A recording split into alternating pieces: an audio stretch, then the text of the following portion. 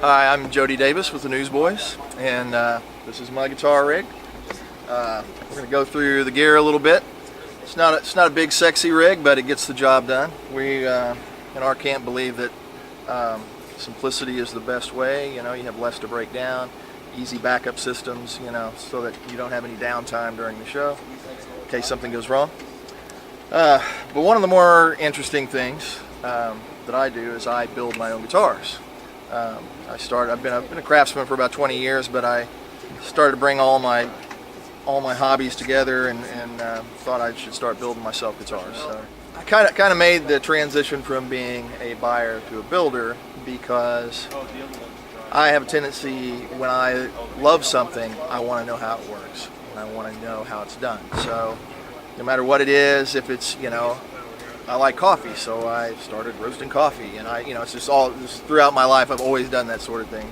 So I'm like, all right, well, I'm gonna buy some books, I'm gonna get on YouTube, and I'm gonna figure out how to build a guitar. So one of the more fun things about how I went about it is that I do most of it on the road. So it becomes basically problem solving. You realize, okay, this is what I need to do today. This is what I have at my disposal to get it done. So how am I going to make this work? So it's just a day-to-day, like each little baby step, solving this. It's a big life lesson right here.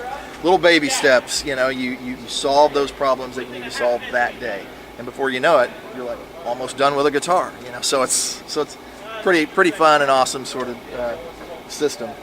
But I'll show you one I made here. Now it's pretty beat up because it's done a few years on the road now, but we're pretty rough on our gear. But what we have is black double bound, except for where the contour is.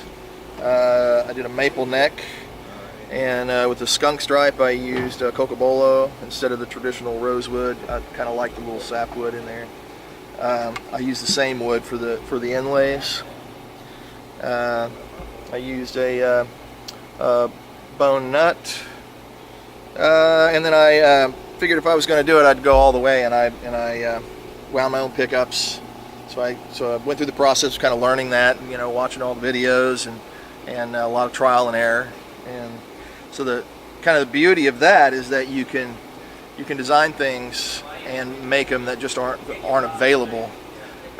So what I've done here, this basically looks like a set of P90s, but actually they are voiced more like vintage Strat pickups. So I could give it a look that I wanted, but make it sound completely different than what it looks like, which is kind of fun. 5-way switch, which I broke the tip off the other day, and I had to roll up some duct tape. I haven't got any more yet. and because everything was designed from scratch, I had to make my own control plates too. So I literally, like, everything is from scratch. The neck from scratch. I mean, other than of course the tuners, which I like the vintage style tuners. And one thing that people think is pretty funny, a little thing here that says handmade all over the USA.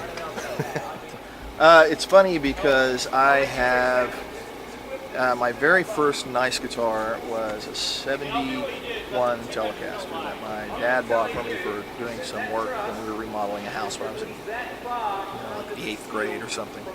And I played that guitar live all the way until I built this guitar. Basically, I built this guitar to replace it because I wanted to take it off the road. I mean, it's this vintage beat guitar. I love it, but it's like, it's time to retire it, take it home, hang it on the wall, play it when I'm at home. So this one was specifically made to replace that guitar. And the funny thing is I can only play this on one song because I capo up, and I don't really have. I have a guy who hands me guitars, but I don't have anybody who does my tuning or maintains my guitar. I do all that stuff. So I don't have to like capo up between songs and tune up. I just keep this guitar set with that capo on, ready to go, and then it gets played on that song, and that's it. It's kind of a shame, actually, because it's a very versatile and great sounding guitar, but you know, you just have to designate one, you know. So I basically my strings I use Diodarios. They're a great company, and they work with me there. And I use 11s.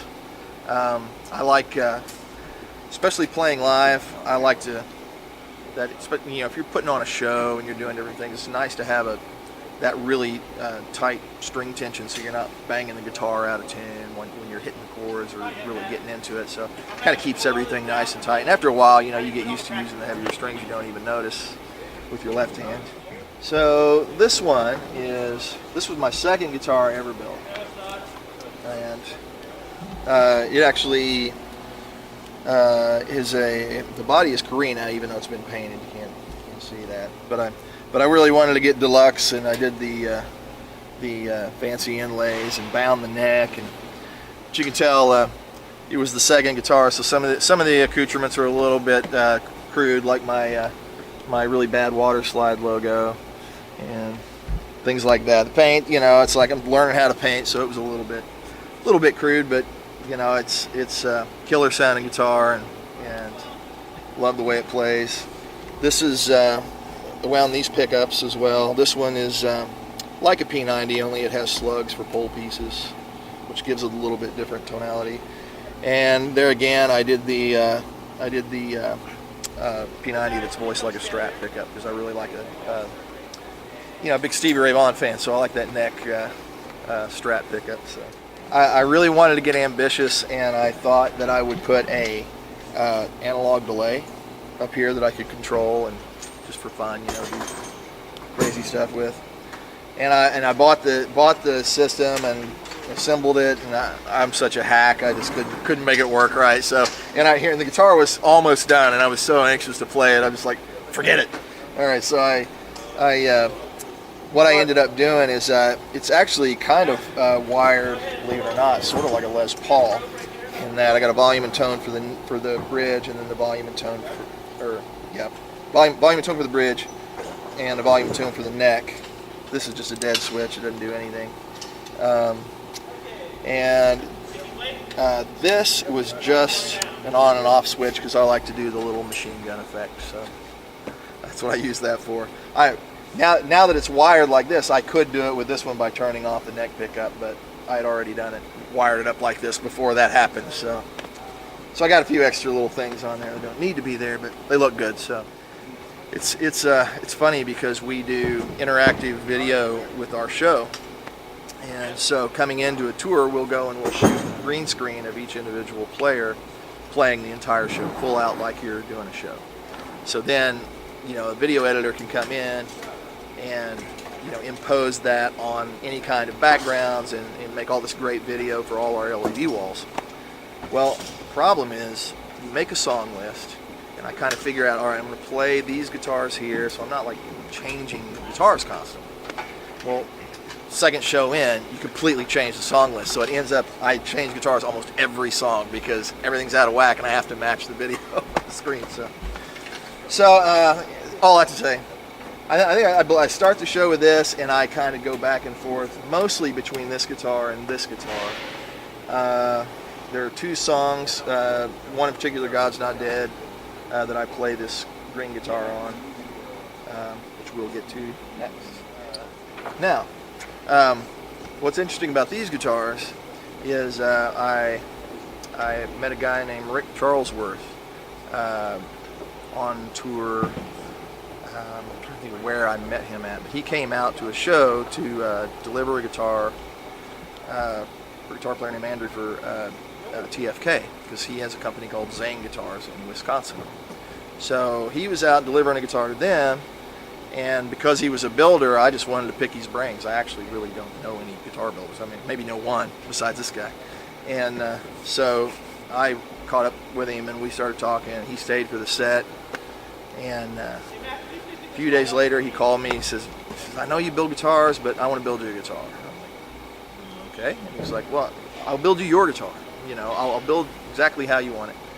So it kind of grew from there, and it ended up that they wanted to do an artist model. So I literally sent my templates to them, and they produced the Jody Davis model Zane guitar. And so they built me probably 4 different ones, and we've gone back and forth with different pickup arrangements and bridges and stuff. And so this is one of the guitars that Zane has built using my templates.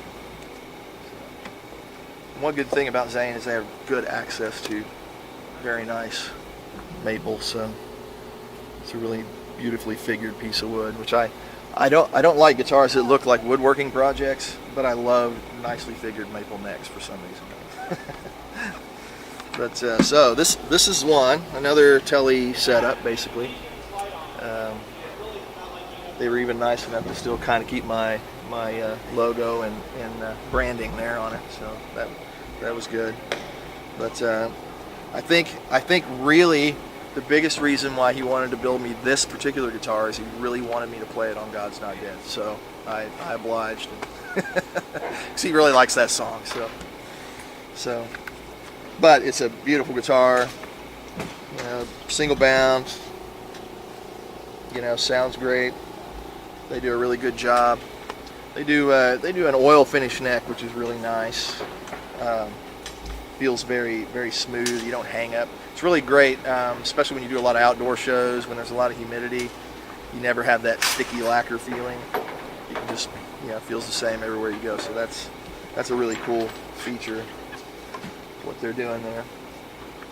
And then this guitar here is their straight up Jody Davis model, which is a little more deluxe. It's got, some fancy tuners with the little abalone kind of looking knobs there.